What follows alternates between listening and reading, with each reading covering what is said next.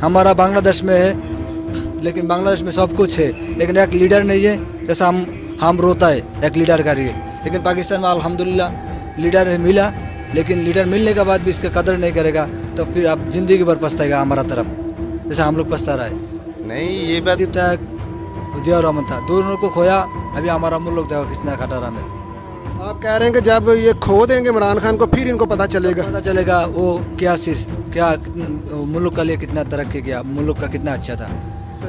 हर जगह में पहला दुबई में भी पाकिस्तानी इतना बात बोल नहीं सकते, लेकिन वो जब गया हर जगह में पाकिस्तानी अपना सीना खड़ा करके बोल सकते हम पाकिस्तानी है, पाकिस्तान में पकड़ करते हैं हम पाकिस्तानी है। जैसा हमारा बांग्लादेश में है, लेकिन बांग्लादेश में सब कुछ है, लेकिन एक लीडर नहीं है। जैसा हम रोता है एक लीडर का लिए, लेकिन पाकिस्तान में अल्हम्दुलिल्लाह लीडर मिला, लेकिन लीडर मिलने के बाद भी इसका कदर नहीं करेगा।